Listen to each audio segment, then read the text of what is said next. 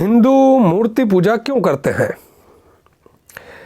इस सवाल का जवाब हिंदू दे नहीं पाते, क्योंकि इस सवाल का जवाब उन्हें भी नहीं पता, उन्हें भी समझ में नहीं आता कि आखिर हम क्यों झुकते हैं, इसके पीछे का दर्शन क्या है, फिलॉसफी क्या है ना, इससे क्या होता है, क्या प्रभाव होता है हम पर या प्रकृति में। ठीक है, तो आज इस सवाल का हम जवाब समझेंगे। इस वीडियो को पूरा देखने के बाद आपको इस विषय पर किसी और वीडियो को देखने की ज़रूरत शायद नहीं पड़े, ऐसा मैं उम्मीद करता हूँ, ऐसा विश्वास करता हूँ। देखिए, जब भी मुसलमान किसी हिंदू को बतलाते हैं कि तुम लोग मूर्ति पूजा क्यों कर रहे हो, कि मूर्ति में तो कोई ईश्वर है ही नहीं, कोई भगवान है नहीं, वो उसको बताएगा कि देखो अगर मैं मूर्ति तोड़ देता हूँ तो वो मूर्ति अपनी खुद की सुरक्षा नहीं कर सकती, खुद की रक्षा नहीं कर सकती, तो तुम्हारी कहाँ से करेगी, मतलब उसमें भगवान नहीं है, उसमें ईश्वर नहीं है। तो उस हिंदू को लगता है कि हाँ यार, ये बात तो सही कह रहा है। और ये अक्सर आपने जेलों में देखा होगा कि जेल में लोग कैसे कन्वर्ट हो जाते हैं, है ना। अब देखिए ना, मुसलमान उस गहराई तक उस दर्शन, उस फिलोसॉफी को देख पाता है, न वो व्यक्ति इतना गहराई में सोच पाता है कि इसके पीछे का आखिर दर्शन क्या है। देखिए, किसी भी सवाल का, इस टाइप के जो आध्यात्मिक सवाल होते हैं, उनका जवाब पाने में बरसों लग जाते हैं। तो ऐसा ही ये सवाल मेरे अंदर चलता रहा, धीरे धीरे मैं खोजता रहा और फिर किसी नतीजे पर पहुंचा। मेरे दिमाग में ये सवाल तो उठ गया था कि मूर्ति अपनी रक्षा नहीं कर सकती है और मूर्ति में ईश्वर नहीं होता, लेकिन इसका जवाब खोजना भी मेरे लिए टेढ़ी खीर था। तो फिर मैंने सोचना शुरू किया कि हम मूर्ति के सामने झुकते हैं, लेकिन हम सिर्फ मूर्ति के सामने नहीं झुकते हैं। मैंने दिमाग दौड़ा कि हम सिर्फ मूर्ति के सामने नहीं झुकते, है ना। मान लीजिए एक मूर्ति है, उसके सामने हम झुके, फिर कहीं थोड़ी और आगे गए, एक पेड़ के सहारे एक पत्थर है, उस पर, है ना, भगवा रंग है, हम उसके सामने झुकते हैं, वो पत्थर है। थोड़ा और आगे गए, है ना, किसी आश्रम में कोई हमारे गुरु है, हम उसके सामने झुके। थोड़ा और आगे गए, हमारे मास्टर साहब है, हमारे टीचर हैं, शिक्षक हैं, हम उनके सामने झुके, है ना, माता पिता के सामने झुके। और ये दायरा बड़ा होता जाता है। ठीक है, इसमें निर्जीव भी आते हैं और सजीव भी आते हैं, यानी कि हम निर्जीव के आगे भी झुकते हैं, है ना, उन्हें प्रणाम करते हैं। ठीक है, निर्जीव पत्थर है, और निर्जीव की पूरी एक बहुत लंबी खासी आप लिस्ट देखोगे तो आप काउंट नहीं कर पाओगे, है ना। देखिए, पत्थर है ना, मूर्ति है, ठीक है, फिर अपना आ गया पहाड़ है, पहाड़ के सामने भी झुकते हैं हिंदू।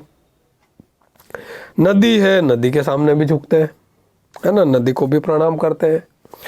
सूर्य है तो सूर्य भी देवता है, उधर भी प्रणाम करते हैं, है ना। चंद्र है, और ऐसा आप जितने आप देखोगे कि लोग गाड़ी की भी पूजा करते हैं जब आते हैं ना, और बैट की भी पूजा करते हैं, जो क्रिकेटर बल्ला खेलता है वो भी निर्जीव है।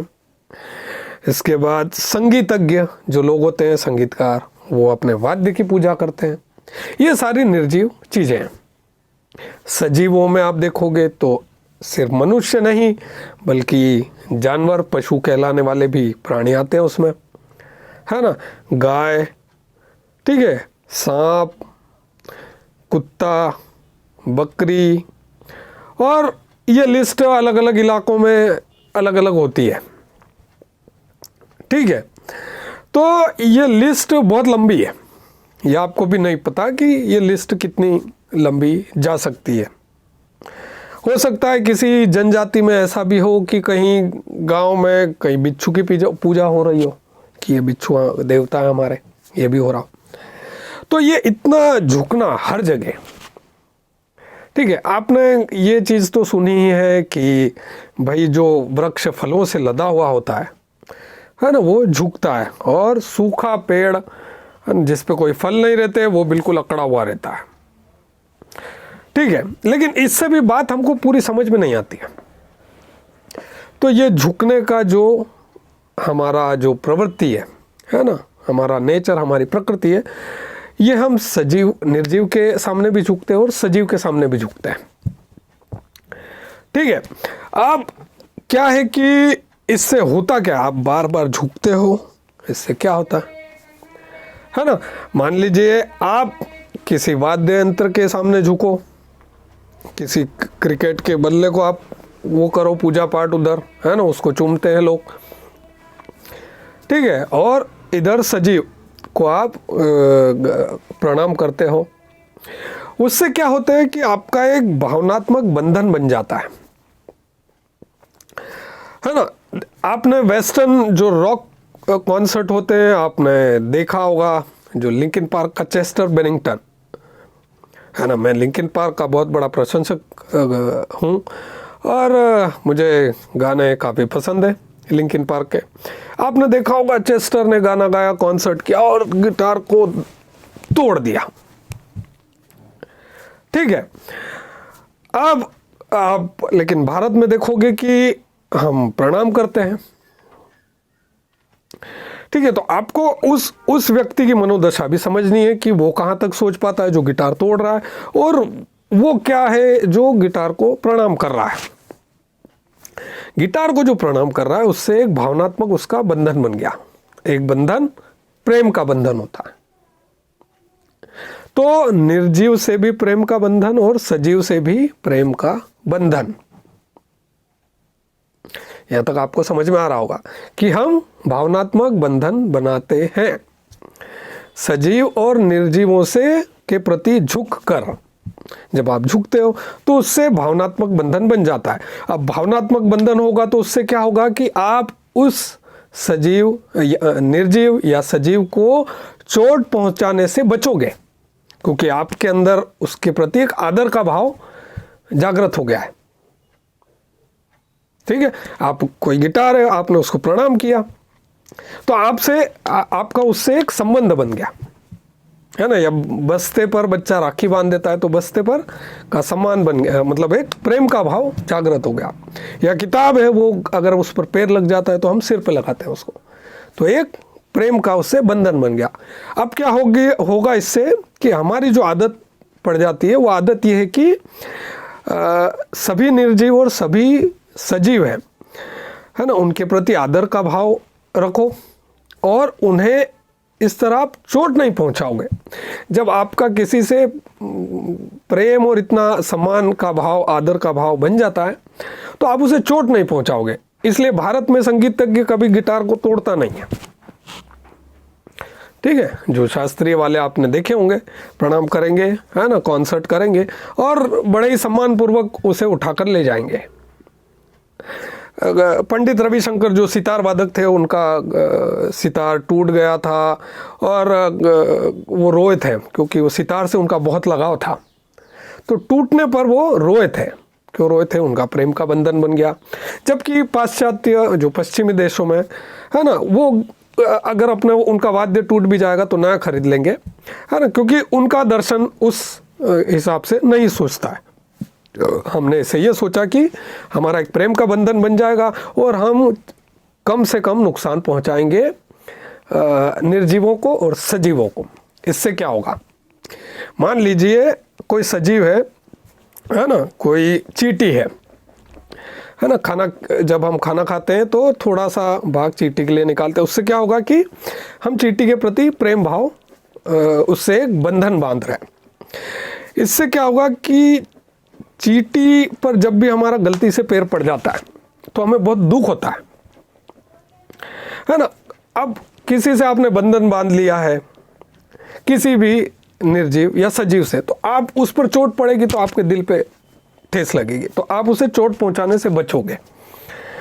जब चोट पहुंचाने से बचेंगे हम सभी, देखिए जो मनुष्य रहता है ना, इधर से भी नमस्ते होता है, सामने वाला भी नमस्ते करता है, मतलब हम दोनों एक दूसरे के प्रति आदर का भाव बना रहे हैं, एक भावनात्मक बंधन बना रहे हैं।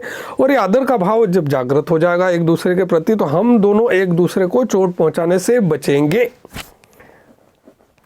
जब चोट पहुंचाने से बचेंगे तो हमारे अंदर विवाद, तनाव की स्थिति कम से कम उत्पन्न होगी। जब हम सभी लोग इस तरह एक दूसरे के प्रति आदर का भाव रखेंगे, सभी निर्जीवों और सजीवों के प्रति, तो इससे तनाव की स्थिति सभी में कम से कम पैदा होगी। ठीक है, अब तनाव की स्थिति कम से कम पैदा होगी तो हम सभी के बीच विवाद कम होगा और उससे वातावरण में शांति, एक बैलेंस बना रहेगा। आपको आ रही चीजें समझ में कि सभी मनुष्य एक दूसरे को प्रणाम करने लग गए, है ना, एक दूसरे के प्रति आदर का भाव रखने लग गए, तो उससे क्या होगा कि आपसी विवाद की दशा कम हो जाएगी और हम सभी जो है सामूहिक रूप से, है ना, शांति की दशा में रहेंगे, कम से कम विवाद की दशा में रहेंगे और प्रकृति में एक संतुलन बनाए रखने की दशा में रहेंगे। अब आप सोचेंगे कि शेर भी अगर शाकाहारी हिरण के प्रति विनम्रता का भाव रखेगा तो वो भूखा नहीं मर जाएगा। देखिए, मनुष्य के साथ ऐसा है कि मनुष्य एक एडवांस्ड पशु है, एडवांस प्राणी है, जो जिसमें मांसाहारी के भी गुण है, शाकाहारी के भी गुण है। ठीक है, और मनुष्य की खास बात यह है कि वो चीज़ों को कंट्रोल कर सकता है, अपने इंद्रियों को, अपने क्रोध, अपने भावों को नियंत्रित कर सकता है। तो ये मनुष्य चूंकि सबसे एडवांस्ड पशु है, तो ये मनुष्य की जिम्मेदारी है, रिस्पॉन्सिबिलिटी है कि वो एडवांस्ड होने के दायित्व से सभी पूरी प्रकृति को, है ना, कम से कम विवाद की स्थिति में रखे। तो उसने ये दर्शन बना दिया कि हम सभी एक दूसरे को प्रणाम करेंगे। आप समझ रहे हो कि हम चाहे निर्जीव हो, जिसमें मूर्ति, पत्थर, है ना, नदी, पहाड़, झरना, सूर्य, चांद, चंद्र जो भी आ रही है, या है ना म्यूजिकल इंस्ट्रूमेंट बजता है, कार है, बाइक है ना, सारी निर्जीव है। ठीक है, तो उनके प्रति झुकना या सभी सजीव जो हैं उनके प्रति झुकना, इससे क्या होगा कि ये झुकने का जो दर्शन है वो ये है कि सभी लोग कम से कम विवाद की स्थिति में आए, यानी कि विध्वंस कम हो। अगर आप किसी आपके म्यूजिकल इंस्ट्रूमेंट को प्रणाम करते हो तो आप विध्वंस नहीं करोगे। ठीक है, आप विध्वंसकारी प्रवृत्ति नहीं रखोगे, आप सृजनकारी प्रवृत्ति रखोगे कि हम दोनों एक दूसरे से प्रेम में। तो ये जो मूर्ति का, जो मूर्ति के प्रति झुकना, ये सिर्फ मूर्ति के सामने झुकना नहीं है, इसका दर्शन ये है कि प्रकृति में सभी प्राणियों के बीच सामंजस्य, संतुलन और शांति बनी रहे। ये इसके पीछे, पर्दे के पीछे का दर्शन है। मूर्ति में ईश्वर है या नहीं है वो आपकी सोच पर निर्भर करता है। देखिए, ईश्वर मनुष्य के दिमाग की उपज है। आप नास्तिक हो सकते हैं, आप एग्नोस्टिक हो सकते हैं, या आप आस्तिक हो सकते हैं। ईश्वर आप जहां चाहें वहां मान सकते हैं। कुछ लोग अपने माता पिता में ईश्वर देखेंगे, कुछ लोग अपने गुरु में ईश्वर देखेंगे, कुछ लोग कहीं पत्थर में, मूर्ति में ईश्वर देखेंगे, पत्थर में ईश्वर देखेंगे, है ना, कुछ लोग मक्का में ईश्वर का घर देखेंगे, कुछ लोग वेटिकन में देखेंगे। ईश्वर हम जहाँ चाहें वहाँ पर हम देख सकते हैं। ये मनुष्य अपने मर्जी से क्रिएट कर सकता है कि कोई सूरज पर देख रहा है ईश्वर, कोई चांद पे देख रहा है, कोई ब्रह्मांड के परे ही देख रहा है कि ईश्वर तो बाहर रहता है, इधर नहीं रहता। ईश्वर देखना मनुष्य की अपनी उपज है, वो जहाँ चाहे वहाँ ईश्वर देख सकता है। ठीक है, लेकिन ये जो झुकने का है ना, तो ये झुकने वाला जो व्यक्ति है, मूर्ति के आगे जो झुक रहा है, ये उसमें ईश्वर देख रहा है। और ये सिर्फ मूर्ति में ईश्वर नहीं देख रहा है, ये प्रकृति के सारे निर्जीवों और सारे सजीवों में ईश्वर देख रहा है। और इस ईश्वर देखने से क्या होगा, है ना, कि वो इन सभी के प्रति आदर का भाव रखेगा और इसे एक बंधन बनाएगा जो प्रेम का बंधन होगा, और इससे तनाव और विवाद की स्थिति कम से कम पैदा होगी और प्रकृति में संतुलन, शांति बनी रहेगी। शांति बनी रहेगी तो हम सभी सजीव निर्जीव, है ना, सभी मिलकर अपना जो अस्तित्व है वो सुचारू रूप से आगे बढ़ा पाएंगे समय के साथ। तो ये प्रकृति में विध्वंस, झगड़ा, तनाव कम से कम हो, इसी के लिए भारतीयों ने, है ना, वो कब शुरू किया होगा, किसने ऐसा दिमाग लगाया होगा कि इसके पीछे का दर्शन ये है कि आप सभी के प्रति झुको। तो ये प्रकृति के सजीव और निर्जीव दोनों जो, है ना, जो दो अंग हैं, पूरी प्रकृति के समक्ष झुकना, ये इसका दर्शन है। न कि मूर्ति में ईश्वर भगवान है या नहीं है, वो बात वहाँ तक नहीं है, बात उससे काफ़ी बड़ी है। तो ये दर्शन है कि हम सभी लोग एक दूसरे के प्रति विनम्रता, आदर का भाव रखें, उससे प्रेम का एक बंधन बनेगा, उससे हम दोनों एक दूसरे को चोट पहुंचाने से बचेंगे और इससे तनाव और विवाद की स्थिति कम होगी। और जब हम सभी ऐसे बन जाएंगे तो सभी कम से कम विवाद की स्थिति में रहेंगे और शांतिपूर्वक ये विश्व अपना अस्तित्व समय के साथ आगे बढ़ाता जाएगा। तो यही इसका दर्शन है। आज के बाद अगर कोई मुस्लिम आपसे पूछे कि भाई उस मूर्ति में तो ईश्वर नहीं, तो क्यों पूज रहा है वो, जबकि उसकी रक्षा नहीं कर सकती है, तो आप उसे ये बताएं कि ये दर्शन कुछ अलग है, इसके पीछे जो गहराई है वो गहराई तक आप पहुंच नहीं पा रहे हो। तो ये इसका असली रीज़न है कि हम क्यों झुकते हैं हर किसी के प्रति, है ना। उसका ये है कि भाई ताकि हम सभी लोग अपना अस्तित्व सुचारू रूप से शांतिपूर्वक आगे बढ़ा पाएं। तो ये भारत का दर्शन है। उम्मीद करता हूँ आपको ये चीज़ पसंद आई होगी, समझ में आई होगी कि आसान भाषा में तो समझा नहीं पाते, एक से एक ज्ञानी है भारत में, बहुत ज्ञान भरा पड़ा है, लेकिन किसी को इतनी आसान भाषा में समझाओ कि उसको समझ में आ जाए और वो दूसरे को भी समझा सके, इतनी आसान भाषा में।